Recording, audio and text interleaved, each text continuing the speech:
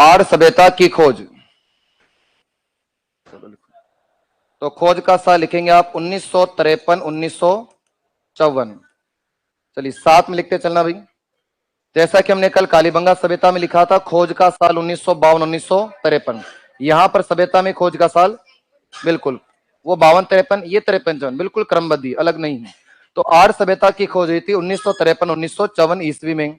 चलिए second point note करेंगे आप, खोजकर्ता।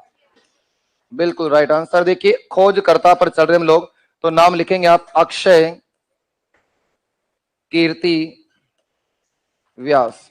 अब अगर अक्षय कीर्ति व्यास ऑप्शन में आपको नाम मिले तो आप इसका शॉर्ट नेम भी ध्यान रखेंगे, ए के व्यास। ठीक है, तो अक्षय कीर्ति व्यास ने सभ्यता की सर्वप्रथम खोज की है। आगे बढ़िए। खोज के बाद हम नोट करते हैं जैसा कि उत्खनन करता। उत्खनन करता कौन कौन है?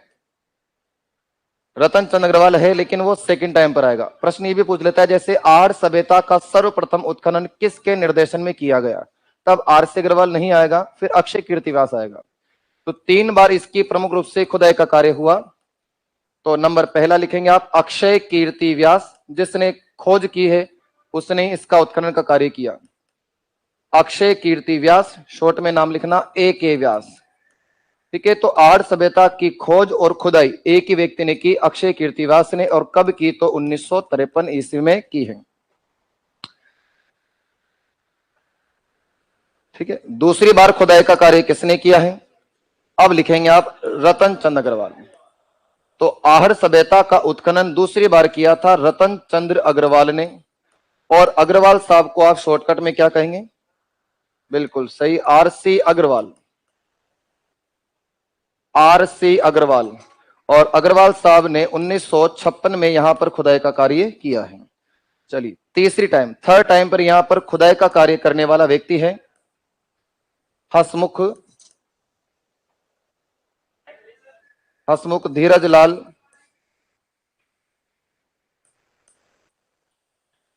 हसमुख धीरज लाल साकलिया।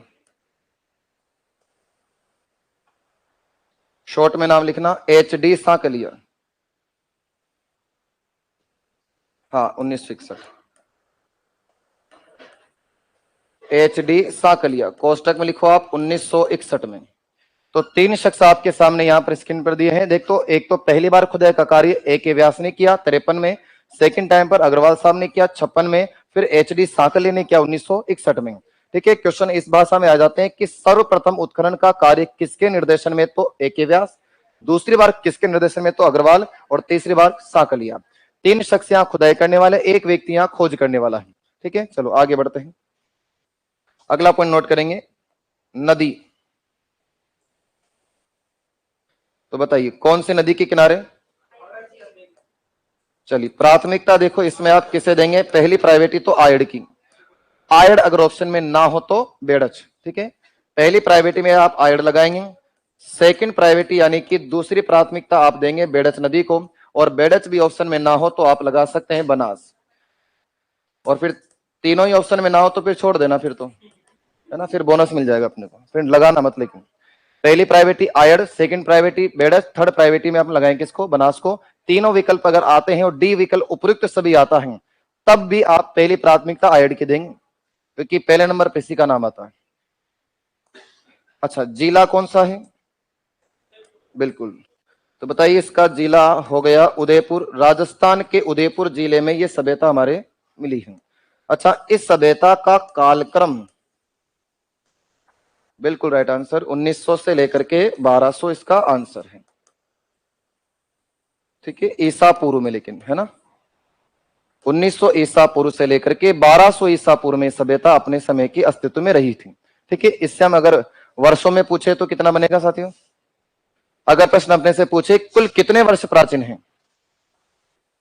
भाई 2022 प्लस करेंगे ना इसमें, यही होगा, क्योंकि ईसा के पहले 1900 और ईसा के बाद बिल्कुल, तो 2022 प्लस 1900 तो 3922 साल हो गए, यानी लमसम 4000 साल पहले की सभ्यता ही है। नोट करो, फिर आगे बढ़ते हैं।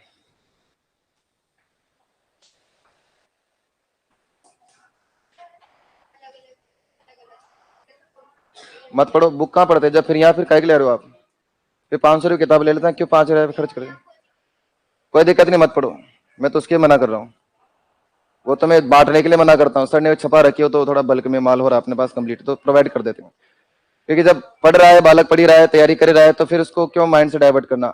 मैं तो किसी भी बुक को रिकमेंड नहीं करने की था, आपको यह तक कि ऑब्जेक्टिव हल करने के लिए नहीं करा। ऑब्जेक्टिव भी आप वही करो जो मैं स्वयं पढ़ा रहा हूँ, एक भी प्रश्न बाहर नहीं जाएगा। सभ्यताओं के आपके सामने 50 क्वेश्चन डाले हुए मैंने आपको, मैंने कल ही बताया था, आप देखना चाहे तो आराम से देख सकते, फ्री टाइम पर यूट्यूब पे मिल जाएंगे। काव्य क्लासेस के नाम से डालोगे तो भी, और मेरे मनोज साहू के नाम से डालोगे तो भी खुल जाएंगे आपको उसमें। 1000 प्रश्न तो मैं भी राजस्थान के लूंगा, उसके बाद 1000 प्रश्न फिर मैं जाके इंडियन हिस्ट्री के लूंगा, तो यानी कि लगभग आपके पास इतना क्वेश्चन मैटर कवर हो जाएगा कि एक भी प्रश्न आप प्रथम श्रेणी के व्याख्याता का सब्जेक्ट पेपर भी देते तो बाहर नहीं जाना। उन्हीं चीजों को हल करोगे तो ज्यादा बढ़िया रहेगा, क्योंकि आप 17 जगह की किताबें मार्केट से परचेस कर लेते हैं, उसमें डाटा क्या, उसमें डाटा क्या, उसमें डाटा क्या, वो समय खोपड़ी खराब करने वाली बातें होती है। एक व्यक्ति कभी एक जैसी बात बोलेगा नहीं, इसलिए एक व्यक्ति को तो आधार मानना पड़ता है। हम लोग किसको आधार मानेंगे? हम लोग तो उसी को आधार मानते हैं जो सरकारी किताबें संचालित होती है। सब सुनते हैं 6 से 12 तक की किताबें पढ़ो, वो पढ़नी पड़ती है, आरबीएससी एनसीईआरटी। फिर हम लोग तो 6 से 12 के अलावा फिर 12 से लेकर 17 की भी पढ़ते हैं। यूनिवर्सिटी ऑफ राजस्थान की बीएमए की किताबें वो पढ़नी पड़ती है, वो ऑथेंटिक होती है। उसके बाद राइटरों की किताबें होती है। पब्लिशरों को आधार नहीं मानते। पब्लिशर मार्केट में जितने भी चलते हैं उनको कोई आधार नहीं दिया जाता, क्योंकि हम जब प्रमाणिकता प्रस्तुत करता है कोर्ट की टेबल पर, तो वहां गवर्नमेंट के संचालित किताबों को धरा जाता है, ना कि किसी पब्लिशर को। मानते नहीं, एक्सेप्ट नहीं करते उस चीज को। इसलिए हम उसी डाटा को कवर करें जो ऑथेंटिक हो। हम उस प्रश्न पर लड़ाई लड़ सकते हैं कि एक प्रश्न का ऑप्शन में हमारा गलत चला गया और गवर्नमेंट ने उसको मान लिया है, ऐसा मतलब जैसे हमने सही था लेकिन गवर्नमेंट ने गलत माना है, तो हम अपने उत्तर की प्रमाणिकता तो रख सकेंगे। हम किसी पब्लिशर की किताब का फोटो वहां पर पेस्ट नहीं कर सकते, क्योंकि वो फाड़ देगा अपनी रिक्वेस्ट को, एक्सेप्ट नहीं करेंगे, क्योंकि सरकार के डाटा में कहां लिखा है वो उस चीज को प्रमाणित मानते हैं। तो इसीलिए हम उस चीज को तथ्य को आधार बनाते हैं और उसी आधार पर अपने क्वेश्चन भी कंप्लीट होते हैं। एक भी प्रश्न में डाउट ही नहीं खत्म। ठीक है, चलिए। तो आर्य सभ्यता की देखिए यहां पर खोज हुई सब कब? तो 1953 1954 में। अच्छा, आर्य सभ्यता का खोजकर्ता कौन था? उत्खनन का कार्य कितने चरणों में हुआ? 3। पहली बार किसने किया, कब किया? 1953 में किया। दूसरी बार 1956 में किया। और तीसरी बार कब किया? तो 1961 में किया। अच्छा, आर्य सभ्यता कौन सी नदी के किनारे अवस्थित है? बिल्कुल। और कौन से जिले में है? और कालक्रम कितना है? क्लियर बात। अब चलते हैं इसके हम उपनामों की तरफ। ठीक है, तो नेक्स्ट अगले पॉइंट को हेडिंग डालो, उपनाम। आहड़ सभ्यता के उपनाम। ठीक है, चलिए आहड़ सभ्यता के उपनाम नोट करेंगे आप। देखो, सबसे पहले तो इसका उपनाम क्या है? जो नदी का ही नाम है ना, वही इसका पहला उपनाम। बिल्कुल।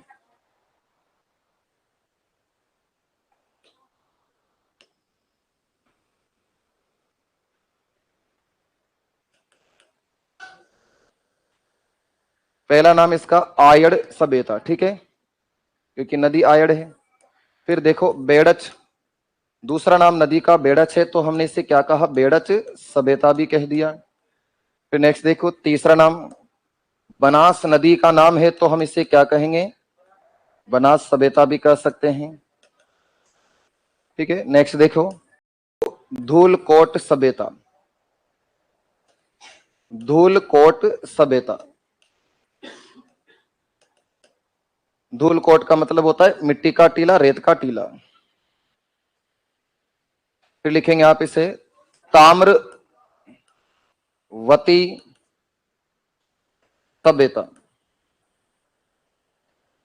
ताम्रवती सभ्यता मतलब यहां पर तांबे के हमें कुछ अवशेष प्राप्त होते हैं, तो हम इसे ताम्रवती सभ्यता भी कहेंगे। नेक्स्ट, इसे हम कहते हैं अघाटपुर सभ्यता।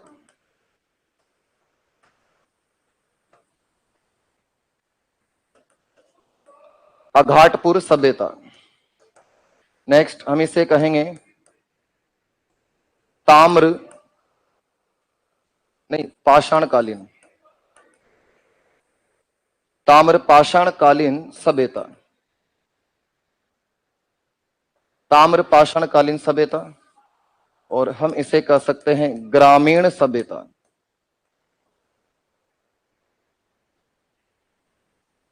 ये इस सभ्यता के कुछ उपनाम हुए। ठीक है, आयड़ सभ्यता, बेड़च सभ्यता, बनास सभ्यता, धूलकोट की सभ्यता, ताम्रवती सभ्यता, अघाटपुर सभ्यता, ताम्रपाषाण कालीन सभ्यता, या फिर हम इसे कहेंगे ग्रामीण सभ्यता। ठीक है, इसको लिखो फिर समझ लेते हैं एक बार। चले देखो, पहला, दूसरा और तीसरा जो तीन आपके नाम सामने दिए गए हैं, तो तीनों नाम तो देखो नदी से जुड़े हैं, तो ये तो स्पष्ट हो गया। अब देखो धूलकोट की सभ्यता, तो ये बड़ा इंपॉर्टेंट नाम है, देखो यहां से प्रश्न पूछ लेता है, कई दफा क्वेश्चन आए हैं। धूलकोट की सभ्यता इसे क्यों हम लोग कहते हैं, क्योंकि यहां पर हमें मिट्टी का बना हुआ एक टीला मिला है। टीले से बात करें, जैसे कि नदी के बगल में एक धरातल पर ऊंचा टीला पर्वत जैसा बना हुआ है, जिसकी ऊंचाई मानी जाती 1500 मीटर की। आप खुद इमेजिन करिए कि एक जमीन को खोदने वाला कितना खोद लेता है, 150 फीट बस इतना खोदेगा, और क्या है 500 फीट खोद लेगा, बोरिंग निकाल लेगा, और कैसे दे क्या हो। लेकिन यहां तो 1500 मीटर जमीन को खोदना पड़ा है, 1.5 किलोमीटर की खुदाई हुई है, उसके बाद पूरा बसा हुआ हमें गांव मिला है। तो 1500 मीटर ऊंचा मिट्टी का हमें एक जो टीला मिला है, उस मिट्टी के टीले को हम क्या कहते हैं, धूलकोट। नेक्स्ट आगे देखो, ताम्रवती सभ्यता, इससे भी प्रश्न कई बार प्रश्न पूछे जाते हैं। ताम्रवती से आशय क्या है साथियों, तो देखो तांबे की मिली 2 कुल्हाड़ियां और तांबे की मिले 6 यूनानी सिक्के, और तांबे की वस्तुओं को बनाते हैं और उनको बेचते हैं। तो तांबे के कुछ अवशेष मिलने के कारण हम इसे ताम्रवती कहेंगे, ना कि ताम्रजननी। ताम्रजननी का क्वेश्चन आता है तो गणेश्वर सभ्यता। तांबे का वहां तो कुछ विशेष मिला नहीं, बस वहां तो कांसा मिला है, वो तो कांस्य युगीन है। ठीक है, तो यहां पर तांबे की 2 कुल्हाड़ियां, तांबे के 6 सिक्के मिले हैं, इसलिए हम इसे ताम्रवती कहते हैं। और गणेश्वर में तो सारा ही खेल तांबे का ही है, तो सभी अवशेष तांबे के मिले, इसलिए वो ताम्रजन्नी हो गई। तो यहां पर ताम्रवती का प्रश्न सबसे ज्यादा पूछता है, या फिर धूलकोट का, इन नामों में से। तो अघाटपुर का क्या आशय है, देखो तो घाट पेसिंग, यानी नदी के घाट के नजदीक से 2 हमें वस्तुएं बरामद होती है। एक तो हमें यहां से मिला मिट्टी का बना हुआ छोटा कीला, खिलौने नुमा, सिंपल यूं समझ लो आप तुम।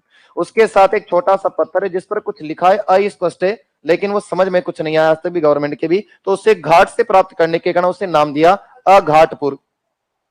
ताम्र पाषाण कालीन सभ्यता, तो तांबे और पत्थर दोनों के औजार मिले, तांबे की तो 2 कुल्हाड़ियां और पत्थर के भी कुछ औजार मिले हैं, इसलिए ताम्र पाषाण कालीन सभ्यता भी कहा गया। और यहां से पूरे ग्रामीण परिवेश की हमें जानकारी मिली, जैसे आज हम लोगों के गांवों के परिवेश होते हैं, हमारे घर के अंदर की जो व्यवस्थाएं होती, चूल्हे चाकी बर्तन वगैरह, वैसी व्यवस्थाएं इन लोगों के पास भी थी। हमने कालीबंगा सभ्यता में लिखा था नगरीय सभ्यता, वहां सिटी डेवलप की गई थी, वो नगर सभ्यता है, और यहाँ गांव डेवलप हो रहा है, तो ये ग्रामीण सभ्यता है। और ये प्रश्न की बात आती है कि नगरीय सभ्यता तो कालीबंगा, ग्रामीण सभ्यता तो फिर आपकी आहट। ठीक है, चलो अब करते हैं हम इसकी खुदाई, अगले पर चलिए। धूलकोट मतलब रेत का टीला, मिट्टी का टीला, वही तो है।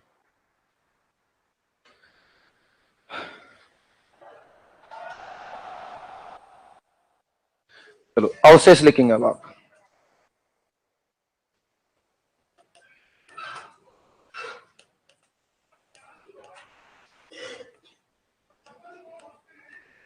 अवशेष, ठीक है, एक एक अवशेष लिखते चलेंगे, एक एक अवशेष समझते चलेंगे, ठीक है, ताकि कंप्लीट हो जाएगा।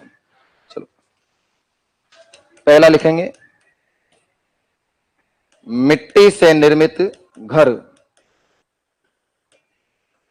मिट्टी से निर्मित घर। कालीबंगा में किससे बने हुए थे, कच्ची ईंटों से। ठीक है, कालीबंगा के घर कच्ची ईंटों से हैं, और यहाँ के घर मिट्टी से। ये घरों के क्वेश्चन आते हैं, यहाँ मिट्टी से। अभी आप बेराट चलेंगे तो आप पक्की ईंटों से हैं, गणेश्वर चलेंगे तो पत्थर से है, बालाथल चलेंगे तो मिट्टी और पत्थर दोनों से बने, ईंट और पत्थर दोनों से बने हैं। तो सबके घर अलग अलग चीजों से बन रहे हैं, और ये क्वेश्चन आते हैं। तो गणेश्वर सभ्यता, आर्य सभ्यता के लोगों के घर बने हमारे मिट्टी से। हमारे जैसे गांव में घर होते हैं, कच्चे घर होते हैं, मिट्टी के बने होते हैं, वैसे इन लोगों के पास यहाँ भी घर बने। तो ये कनेक्ट होती जा रही है। देखो ग्रामीण सभ्यता क्या है, घर के अंदर चलो। तो मिट्टी से निर्मित घर, अगला पॉइंट लिखना, एक बड़ा कमरा, एक बड़ा कमरा एवं 6 छोटे कमरे,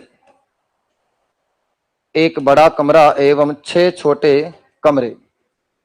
ठीक है, एक घर के भीतर एक तो बड़ा कमरा मिला है और 6 छोटे कमरे मिले हैं। फिर नेक्स्ट लिखना, एक बड़ा चूल्हा,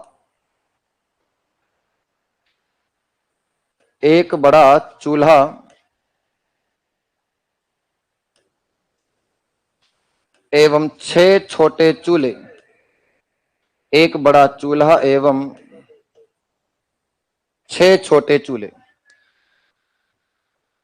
ठीक है, एक बड़ा चूल्हा एवं 6 छोटे चूल्हे, इसका अर्थ समझ लीजिए। अब देखो देखो घर का निर्माण यहां से किया गया था मिट्टी से, अब पूरा घर बना हुआ था, और घर के निर्माण के बाद हमने जब घर के भीतर प्रवेश किया है तो जैसे घर में प्रवेश करने के पश्चात एक बड़ा सा होल नुमा कमरा बना था, उस बड़े होल नुमा कमरे के जस्ट बाहर एक बड़ा सा चूल्हा लगा हुआ है, भट्टी जैसा।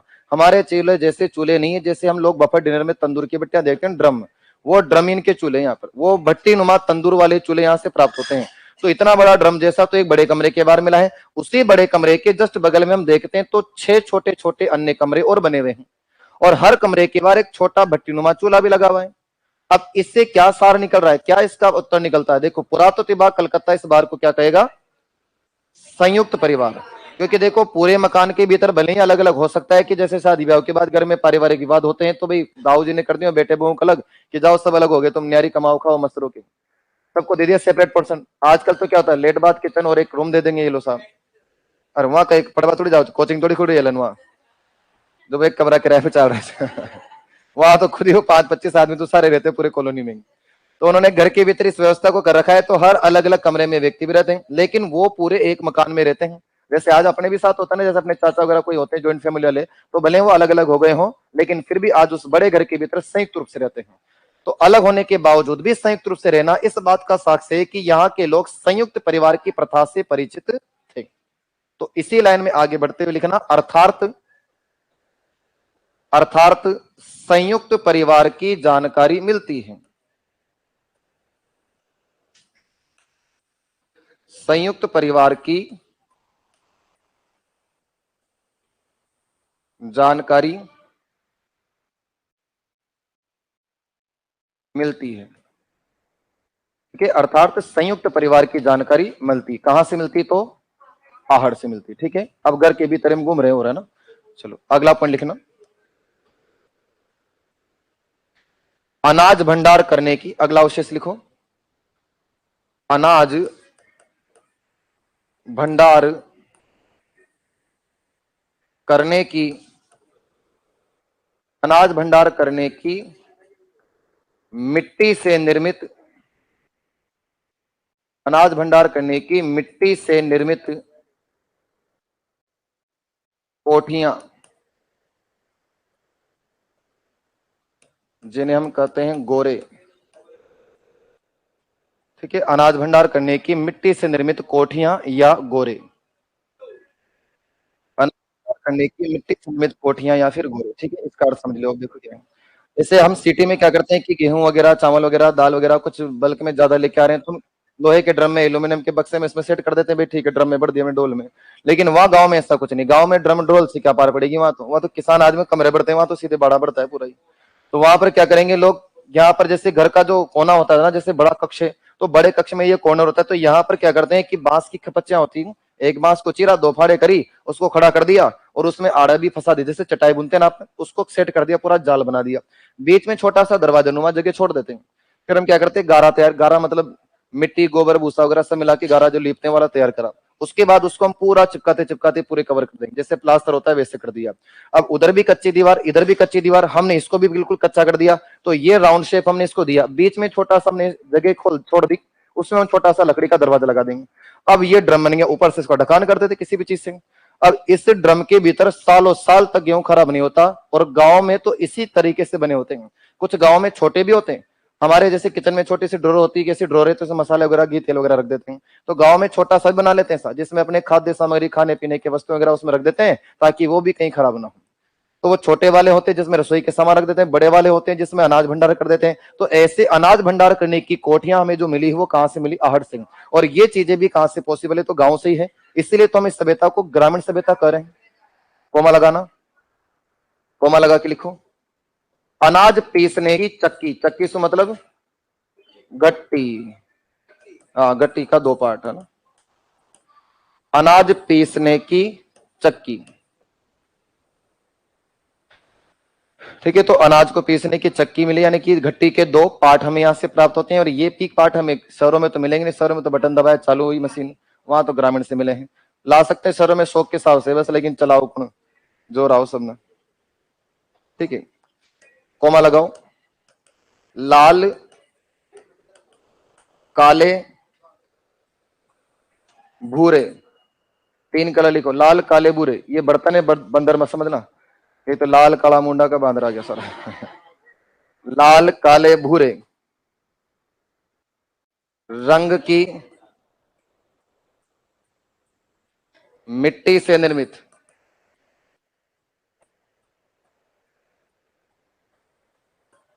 मृद भांड। ठीक है, मृद भांड यानी कि मृद यानी मिट्टी, भांड मतलब बर्तन। ठीक है, तो लाल मिट्टी, काली मिट्टी और भूरी मिट्टी, तीन रंग की मिट्टी के यहां से में बने बर्तन प्राप्त होते हैं। ठीक है, चलो आगे बढ़ो।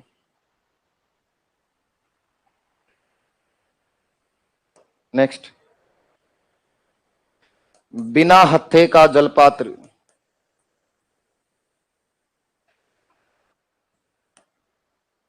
बिना हत्थे का जलपात्र, बिना हत्थे का मतलब जैसे गिलास, लोटा, घड़ा, मटका, सुराही, ये सारे जो बर्तन होते हैं वो अपने बिना हत्थे के होते हैं। और एक और चीज विशेष देखो इस बात की, इन बिना हैंडल वाले बर्तनों का आविष्कार हमारे देश में नहीं हुआ। ये बर्तन ईरानी शैली के बर्तन माने जाते हैं। ईरानी, ईरान देश के, तो इराक ईरान जो अपने आते हैं ना उधर, पर्शिया ईरान वाले, तो ईरान देश में इन बर्तनों का आविष्कार हुआ है। अब इस बात से एक बात स्पष्ट होती है, देखो हमारे पास ऐसे बिना हैंडल वाले बर्तन आए तो आए कहां से? ये तो है नहीं कि वहां पे कोई घर में लड़की होंगी, पति पत्नी फेंक दी उधर से, हमने इधर जेल ले लाओ, रख ली इधर, हमारे काम आ जाएंगे, ये तो हो नहीं सकता ना। या तो हम बर्तन वहां गए होंगे तो बर्तन खरीद लाएंगे, या फिर वो इधर कुछ ना कुछ बर्तन बेच रहे होंगे तो हमने खरीद लेंगे। तो या तो क्रय या विक्रय, दोनों में से कुछ हुआ है, और विदेशी व्यापार मानेंगे। तो यहां पर आप कोष्टक में लिखो ईरानी शैली के बर्तन मिले, ये प्रश्न की बात आती है आपके।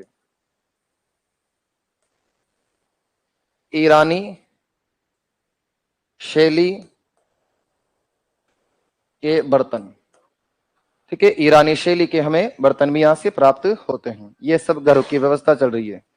ठीक है, एक लिखना यहां पर सिलबट्टा। सिलबट्टा मतलब क्या पीसने का? चटनी, मसालो बांटो को बांटो, सिलबट्टा। ठीक है, एक सिलबट्टा भी यहां से हमें प्राप्त होता है। तो ये पूरे घर की व्यवस्था आपके सामने देखो, ये पूरा घर कंप्लीट हो गया। मिट्टी का घर हो गया, घर में बड़ा कमरा हो गया, एक बड़ा चूल्हा हो गया, 6 छोटे कमरे, सेपरेट पोर्शन आपके सामने, 6 छोटे चूल्हे हो गए। संयुक्त परिवार की जानकारी भी यहीं से मिली है। अनाज भंडार करने की मिट्टी से बनी हुई कोठियां, गोरे यहां से प्राप्त होते हैं। अनाज पीसने की चक्की यानी कि घट्टी भी यहां से मिली है। लाल काले भूरे रंग की मिट्टी के बर्तन भी यहां से मिले हैं। बिना हत्थे वाला जलपात्र, ईरानी शैली के बर्तन भी मिले हैं। और एक मसाला पीसने का पत्थर यानी कि सिलबट्टा भी हमें यहां से प्राप्त होता है। तो ये सारी चीजें पॉसिबल है केवल गांव में, इसलिए हम इस सभ्यता को क्या कहते हैं? ग्राम सभ्यता। क्लियर बात? आगे बढ़े, चलो पैराग्राफ चेंज करेंगे। चलो अगला लिखना,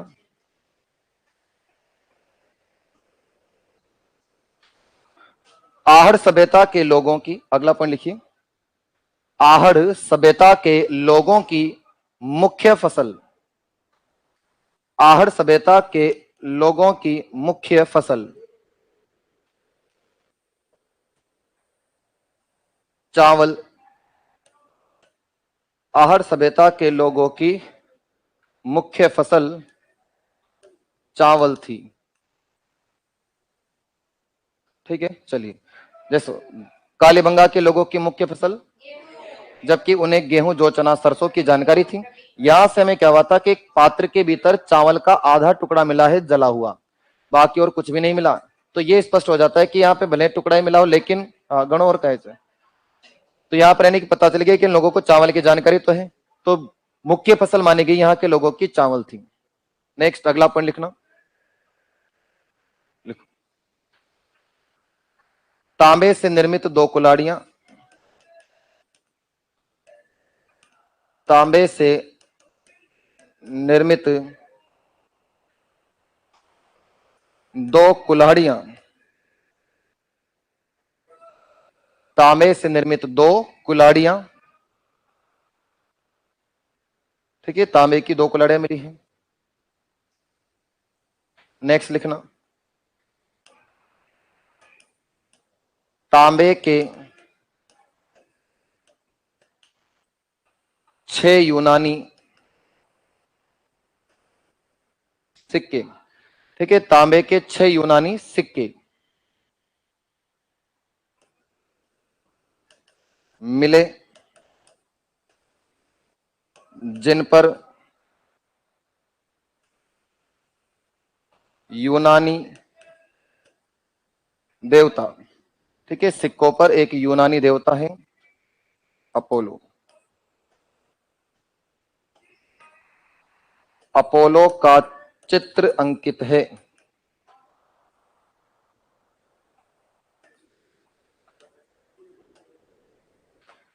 ठीक है, तांबे के 6 यूनानी सिक्के हमें मिले जिस पर यूनानी देवता अपोलो का चित्र अंकित है। इसका अर्थ देखो क्या है। देखो, विदेशी करेंसी मिली अपने को, सीधी सी बात है। पहले तो हमने विदेशी बर्तन ढूंढ लिए थे, अब विदेशी करेंसी का मिलना यह साफ स्पष्टीकरण होता है कि जरूर कोई ना कोई विदेशी व्यापार हमने करा है। हमने उनको कोई जाकर उधर माल बेचा होगा तभी तो विदेशी सिक्के मिले, नहीं तो कौन से पैसे हमारे पास कहां से आते। कोई ये तो है नहीं कि ऑनलाइन ट्रांसफर कर दिया निकाल लिया अपन ने। तो तांबे के 6 यूनानी सिक्के मिले और सिक्कों पर एक यूनान के देवता अपोलो का चित्र भी अंकित है। अपोलो को हम इंडिया में सूर्य देव कहते हैं। और इनके पास जो सिक्के हैं, जो अपोलो का चित्र है, उनके एक हाथ में तो है तीर और एक हाथ में है तरकस, यानी कि तीर रखने का। तो एक हाथ में तरकस लिए है, एक हाथ में तीर है और पीछे वो धनुष कमान लेकर के घूम रहे हैं। तो अपोलो का चित्र यहां पर दर्शाया गया है, जो यूनान के देवता माने जाते हैं, जिसको हम इंडिया में सूर्यदेव के नाम से जानते हैं। अब ये विदेशी करेंसी मिलना इस बात का स्पष्ट हो चुका है कि अंतरराष्ट्रीय व्यापार की जानकारी मिलती है। तो इसी लाइन को आगे बढ़ाइए। अर्थात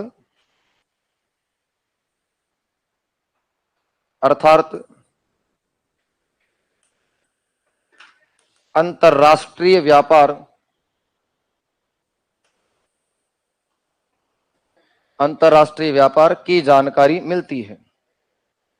अर्थात अंतरराष्ट्रीय व्यापार की जानकारी मिलती है। ठीक है, तो विदेशी व्यापार की जानकारी सिर्फ यहीं से मिलती है। कालीबंगा वाले लोग व्यापार करते थे सिर्फ कपास का, लेकिन वो अपनी लोकल जनरेशन में कर देते थे। ठीक है, चलो अगले पे आ जाइए। अब वो व्यापार वाली बात कर लेते हैं। देखो, जैसा कि हमने एक पॉइंट नोट किया था कालीबंगा में कि कालीबंगा सभ्यता के लोगों की अर्थव्यवस्था का प्रमुख आधार क्या था? कृषि। यहां पर उसका आंसर बदल जाएगा, पशुपालन हो जाएगा बस। दूसरी बात, आर्य सभ्यता, कालीबंगा के सभ्यता के लोगों की का प्रमुख व्यवसाय कपास का व्यापार करना था। और यहां पर आर्य सभ्यता के लोगों का प्रमुख व्यवसाय माना जाता है तांबा गलाना और तांबे की वस्तुएं बनाना और फिर उन वस्तुओं को बेचना। तो तांबा गला करके तांबे की वस्तुएं निर्मित करते और उनका निर्यात ये लोग कर देते हैं। तो यानी कि यहां पर तांबे की वस्तुओं का व्यापार है, वहां कपास का व्यापार था। तो एग्जाम की जो लैंग्वेज है हम उसे सेट कर लेते हैं। लिखिए, आहर सभ्यता के लोगों की आहर सभ्यता के लोगों की अर्थव्यवस्था का आहर सभ्यता के लोगों की अर्थव्यवस्था का प्रमुख आधार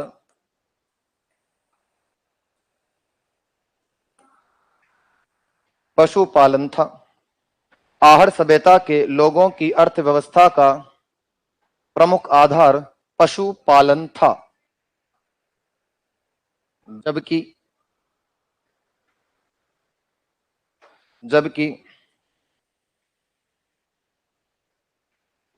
प्रमुख व्यवसाय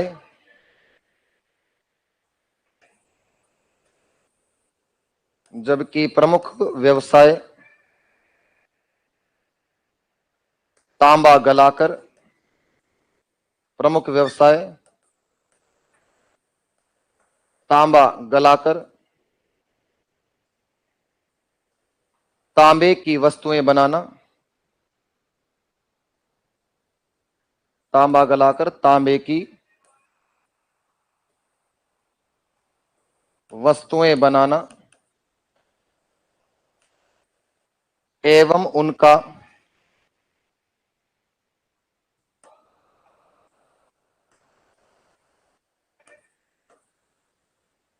व्यापार करना था। तो तांबा गलाना, फिर तांबे की वस्तुएं बनाना और फिर उसको मार्केट में सेल कर देना। तो ये अर्थव्यवस्था का प्रमुख आधार तो है पशुपालन, जबकि व्यवसाय क्या हो गया? तांबा गलाना। ठीक है, नेक्स्ट। ठीक है, इसके बाद आगे बढ़ते हैं, अगले पर आ जाइए। राम से काश्म, अगला अवशेष लिखेंगे राम से काश्म। राम से काश्म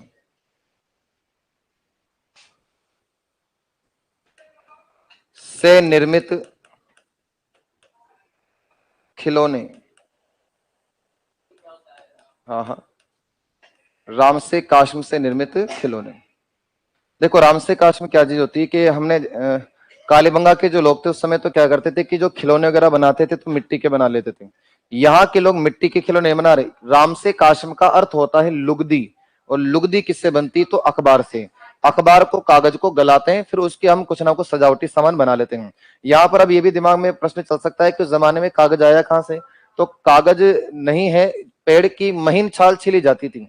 पेड़, जैसे आपको पता है ताड़ पत्र पर ग्रंथ लिखे जाते थे, जैसे अर्थशास्त्र लिखा गया चाणक्य ने, किस पर कागज थोड़ी ना थे उस टाइम पर। वो तो पेड़ की इतनी बारीक महीन छाल छील लेते थे, फिर उस पर शाही से उसको कुछ ना कुछ लिख देते थे। वो सुरक्षित होते थे, जब तो उनमें कीड़े वीड़े नहीं लग जाते, दिमाग लग जाती, खत्म हो जाते हैं वो लोग। तो ये क्या होता था कि इस जमाने में भी ऐसे कुछ थे लोगों के पास पेड़ की महीन छाल छील दिया, वो बेकार पड़े हैं कुछ ऐसी महीन छालें, तो उन लोगों उनको इन्होंने गलाया, उसमें जिप्सम मिलाया, और उसको जैसे हम पीओपी बनाते हैं अपनी कंप्लीट होती है, तो पीओपी जैसा उसको गाढ़ा अपने घोल तैयार कर लिया, और फिर उससे हम कुछ आभूषण क्या कहते हैं, कुछ सजावटी सामान और कुछ खिलौनों का निर्माण किया जाता था। तो यहाँ पर उसी लुगदी को क्या नाम दिया गया है, राम से काश्म। तो लुगदी का ही शाब्दिक अर्थ हो गया राम से काश्म, अर्थात एग्जामिनर जब क्वेश्चन देगा तो वो लुगदी या जिप्सम का इस्तेमाल नहीं करेगा, वो सीधा आपसे पूछेगा राम से काश्म से निर्मित वस्तुएं किस सभ्यता स्थल का अवशेष है, तो आप क्या लगाएंगे, आहड़। ठीक है, हम वही प्रश्न पर यहाँ पर ध्यान दे रहे हैं जो सीधा एग्जामिनर उस प्रश्न को ऑब्जेक्टिव पॉइंट को उठा लेगा। शब्द दिखते हैं भले पीछे का प्रश्न भी मत पढ़ना, राम से काश्म दिख गया, आंख नीचो, आहड़ पर टिक कर दो, राइट चल जाएगा। ये कुछ फैक्ट हैं जो बिल्कुल स्पष्ट होते हैं। नेक्स्ट फिर लिखना आप, स्फटिक, स्फटिक मणियों, स्फटिक मणियों से निर्मित औजार। ठीक है, स्फटिक मणियों से निर्मित औजार, जैसे कि स्फटिक मणि का मतलब होता है पत्थर, लेकिन पत्थर भी कौन सा, फिटकरी का। तांबे की तो 2 कुल्हाड़ियां हमने बरामद करी ली, अब फिटकरी का जो पत्थर है उसको तराश करके हमने कुछ औजार बनाए हैं। तो पत्थर हमने दोनों चीज लिखी थी, ताम्र पाषाण कालीन सभ्य था, तो तांबे की कुल्हाड़ियां मिली तो औजार मिले। पत्थर में केवल फिटकरी का पत्थर, और फिटकरी के पत्थर को हम क्या कहेंगे, स्फटिक मणि कहेंगे, और स्फटिक मणियों से निर्मित हमें औजार भी यहां से प्राप्त होते हैं, यानी फिटकरी के पत्थर के बने हुए औजार भी हमें मिले। तो 2 शब्द आपके सामने आ रहे हैं यहाँ पर विशेष करके, एक राम से काश्म है और एक विचित्र पॉइंट आपके सामने स्फटिक मणियों है। ठीक है, चलिए अगला पर आ जाए, बनासियन बुल।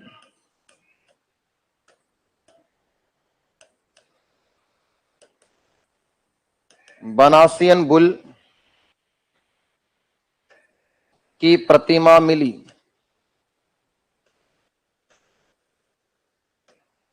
बनासियन बुल, बनासियन, देखो बुल का मतलब बेल, बनास नदी की मिट्टी से बनी हुई बेल की एक मूर्ति यहां पर बनाई है, जिससे पुरातत्व विभाग ने नाम क्या दिया, बनासियन बुल का। अच्छा एक और बात इसमें देखना, इस मूर्ति को माना जाता है कि ये टेराकोटा पद्धति का एक सबसे पहला बेहतरीन नमूना था। आप टेराकोटा कला संस्कृति में पद्धति पढ़ते हैं तो कहां की है, बेसिक तो पता होगा। आप 100 कैंडिडेट बैठे, 100 में से 2 तो होने चाहिए से। हाँ राजसमंद, बिल्कुल मोलेला राजसमंद। ठीक है, टेराकोटा अलग अलग जगह पर देखो, मोलेला राजसमंद में तो टेराकोटा है, मूल केंद्र तो वही राजसमंद का मोलेला। फिर उसके बाद कागजी टेराकोटा पढ़ते हैं आप, तो कागजी टेराकोटा अलवर में। फिर आप पढ़ते हो सुनहरी टेराकोटा तो बीकानेर में। टेराकोटा होती क्या चीज है वो भी समझ लो, एक तो दिमाग में चल रहा है क्या टेराकोटा, एक तो टेरिकोट समझ लो, टेरिकोट को कपड़ो होगो, टेरिकोट लगते, टेराकोटा लगते हैं। टेराकोटा सिर्फ इतना सा देखो कि ऐसी मिट्टी होती है, और मिट्टी में क्या करते हैं कि कुछ जिप्सम का प्रयोग कर लेते हैं, और उसका प्रयोग करने के पश्चात फिर उससे कुछ आकृतियां, सजावट का सामान, जहां दूर भी नहीं जाओ आप ऐसा नमूना देखना चाहो तो जहां पर नेपाली बाजार लगता है अपने सोफिया स्कूल के बाहर, है ना, एरोड्राम की तरफ चलते हैं सोफिया स्कूल के बाहर, तो वहां पर बहुत सारे सजावट के सामान लेके बैठे हैं, वर्तमान में पूरी कतारबद्ध बैठे हैं सजावटी सामान, अल्टीमेट शानदार डिजाइनर वाले हैं, वही टेराकोटा के उदाहरण है वो, टेराकोटा टेक्निक है वो सारी। तो ये जो वस्तु यहाँ पर आई अपने पास बिकने, वो राजसमंद से आई हुई है। तो इनका के निर्माण कैसा होता है, जैसे मिट्टी होती है उसमें जिप्सम का प्रयोग करते ताकि वो स्थायी रहे, ज्यादा समय तक लॉन्ग लाइफ उसकी बन जाती है। फिर उसको क्या कहते हैं, आग में तपाएंगे, फिर धूप में सुखाएंगे, उसके बाद वो कंप्लीट होती है। अब इसमें क्या होती है कि ये मेन रूप से कहा कि तो मोलेला की, लेकिन कभी कभी क्या होता है कि महीन यानी कि बिल्कुल पतली, जैसे कि कागजी टेराकोटा, तो कागजी टेराकोटा हमने कहा कि अलवर की है, तो इतनी पतली उसकी छाल यानी कि मोटी नहीं होती, वो बिल्कुल पतली होती मिट्टी की परत, तो वो कागज जितनी महीन होने के कारण उसको कागजी टेराकोटा कहते हैं। अब उस आकृति सजावट का सामान, पेंटिंग हो, पोट हो, कुछ भी हो आपका, हाथी घोड़े गधे कुछ भी हो, वो बना लिया अपन ने, उसमें रंगीन रंगों की नक्काशी हम लोग कर देंगे तो वो सुनहरी टेराकोटा हो जाएगी। तो सुनहरे रंगों की नक्काशी करने से जो आकृति हमारे सामने आती है वो सुनहरी टेराकोटा, फिर वो बीकानेर की हो जाएगी। तो ऐसी पद्धति हमारे पास है। हम लोग कहते हैं कि हमने इस्तेमाल करना शुरू किया, हमने शुरू किया नहीं, हमसे पहले तो दादा लोग 4000 साल पहले कर गए। एक क्वेश्चन बनता है यहां से, टेराकोटा पद्धति का सबसे प्राचीनतम प्रमाण किस सभ्यता से प्राप्त होता है? तो लिखो इस लाइन को आप, बनासिन बुल की प्रतिमा मिली, अर्थात टेराकोटा पद्धति का, टेराकोटा लिखो, अर्थात टेराकोटा पद्धति का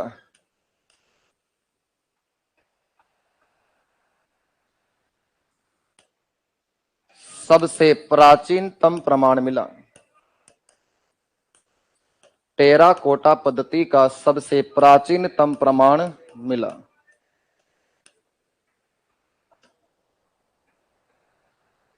ठीक है, टेराकोटा पद्धति का सबसे प्राचीनतम प्रमाण मिला। क्लियर बात? आगे बढ़े, चलो अगला अवशेष लिखना, रेन वाटर हार्वेस्टिंग। अगला अवशेष लिखो, rain water harvesting. Rain water harvesting कोष्टक में लिख लो, वर्षा जल संरक्षण। वर्षा जल संरक्षण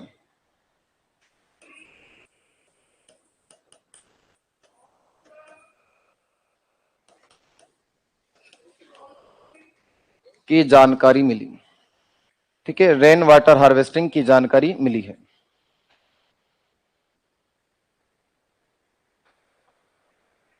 ठीक है, देखो समझे से, हम जनरेशन आज के वाले क्या कहते हैं कि हमने इस बरसात के पानी को बचा करके भविष्य को बचाने की कोशिश की, ऐसा हम सोचते हैं, लेकिन ऐसा नहीं है।